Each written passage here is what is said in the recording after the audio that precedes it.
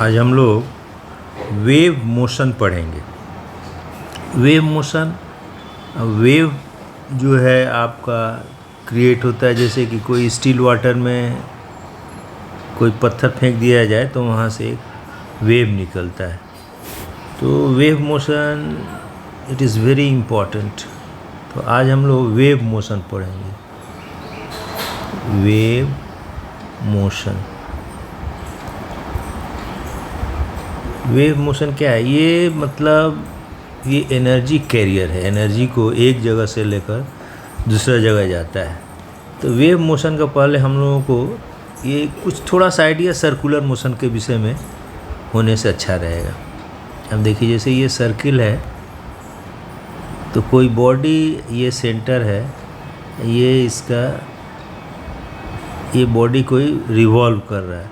तो इसका स्पीड जो है, स्पीड हम लोग मेजरमेंट करते हैं रेडियन पर सेकेंड, रेडियन पर सेकेंड।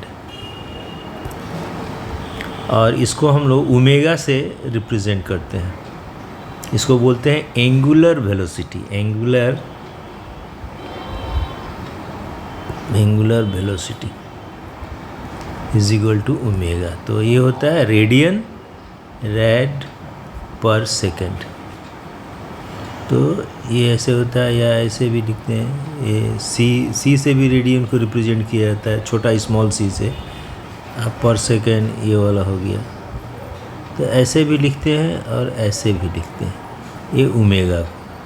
ठीक है, अब हम लोग देखेंगे ये वेव मोशन कैसे ये चलता है। देखिए, एक्स एक्सिस में धर लिए, ये वाई एक्सिस हो गया, ये एक्स एक्सिस।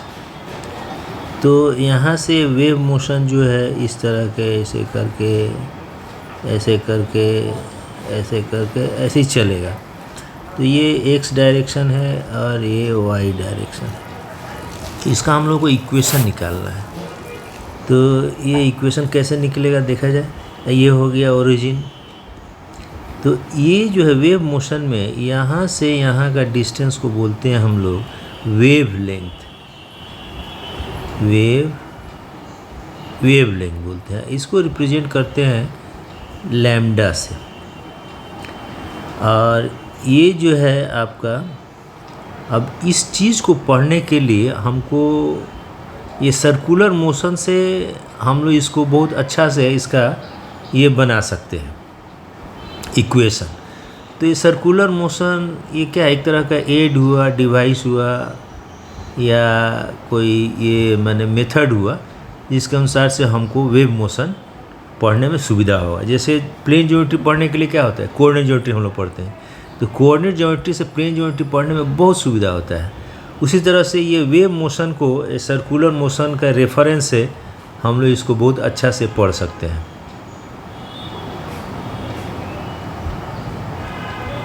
तो सर्कुलर मोशन में देखिए, अब हमको जैसे कि ये आपका ये मान लीजिए ये एक्स एक्सिस इसमें रखिए,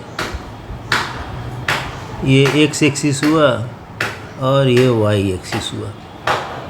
तो इसको अब यहाँ मान लीजिए, यहाँ अब हम ये सर्कुलर मोशन में अब ये वेव में क्या होता है, ये पॉइंट जो है ये वाला इधर यहाँ से यहाँ वाइब्रेट करता है। ये हमेशा एक ही जगह वाइब्रेट करता है।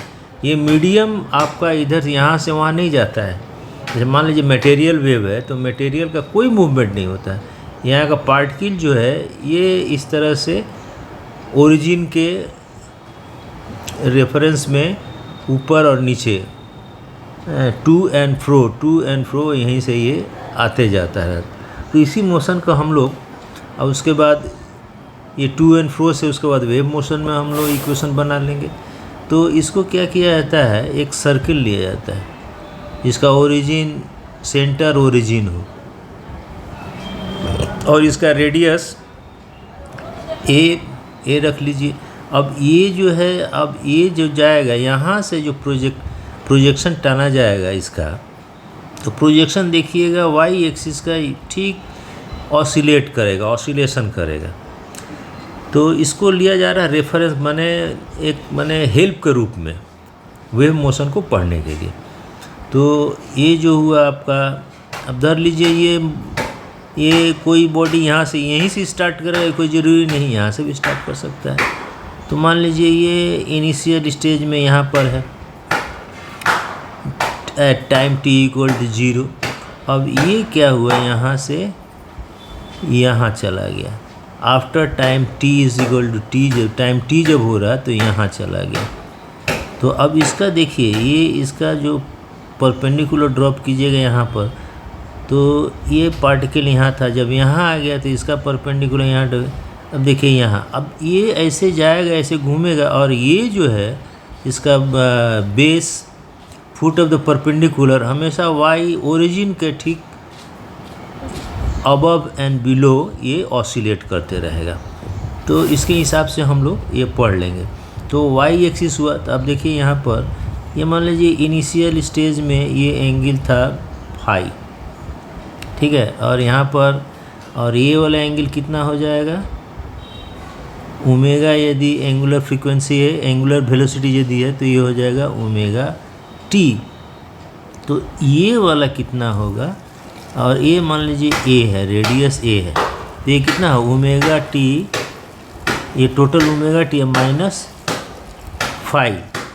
तो यहाँ से यहाँ जो y है, y इसको मान लीजिए, तो y = कितना होगा, y = अब देखिए ये होने से कॉस होता है, ये है तो साइन हो जाएगा, तो a sin ओमेगा टी -5। तो ये हो गया आपका इक्वेशन ऑफ ये ऑसिलेशन का हो गया। तो अब इसी का हम लोग वेव का बनाएंगे। अब एक ठो पॉइंट का मालूम हो गया, तो यहाँ जो ये है, ये यहाँ पॉइंट है, इसका ये वाला हमको मालूम हो गया ओरिजिन वाला। फिर यहाँ से ऐसे जाएगा तो हमको निकालना होगा, धर लीजिए ये पॉइंट है यहाँ पर, तो ये पॉइंट का यहाँ से कितना दूर रहेगा, तो यहाँ से यहाँ डिस्टेंस समझ जाइए x है, ठीक है। तो ये कितना देरी के बाद यहाँ पर ये पहुँचेगा, तो ये क्या है, वो देरी का हम लोग फाई रख लिए हैं, तो इसको बोलते हैं फेज डिफरेंस। तो फाई मतलब कि यहाँ से यहाँ का कितना डिस्टेंस होता है हम लोग देख लिए हैं, ये क्या हुआ लैम्डा। तो लैम्डा का मतलब क्या हुआ, और ये देखिए यहाँ पर ये 0 हुआ, और यहाँ 0 से यहाँ ठीक यहाँ पर जो π/2, यहाँ से π/2 एंगल होगा, तो ये जो है आपका यहाँ से ये π/2 एंगल होता है, π/2, और ये होता है पाई। इसी तरह से यहाँ पर हो जाता है 2 पाई। तो यहाँ से ये 2 पाई जब होता है तो ये डिस्टेंस कितना होता है लैम्डा।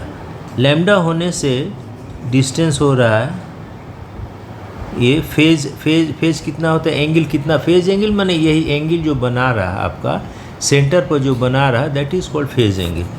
तो यहाँ से हम स्टार्ट किए हैं इसको, यहाँ से अब ये जो है यहाँ गया, तो लैम्डा जब हो रहा है यहाँ से यहाँ डिस्टेंस जब लैम्डा हो रहा है तो फेज कितना है 2 पाई हो रहा है। और यदि लेकिन कहाँ का निकालना है, ये x डिस्टेंस पर, तो x होगा तो कितना होगा 2 पाई लैम्डा इंटू x हो जाएगा। तो that is the phase angle. Phase angle मेरा कितना हो गया, ये हो गया। तब यही जो है आपका वेव इक्वेशन हो जाएगा, क्योंकि यहाँ का पार्टिकल का भी हम बता रहे हैं। तो y = कितना हो गया, a sin omega T -2 pi lambda x। तो x क्या हो गया, अब देखिए ये जो है वेव इक्वेशन हो, यही हो गया। अब ये वेव इक्वेशन जो है हमको यहाँ से पता चल जाएगा, x डिस्टेंस पर ये कितना ऊंचा ये रहेगा, ये हम यहाँ से बता देंगे। तो this is called wave equation.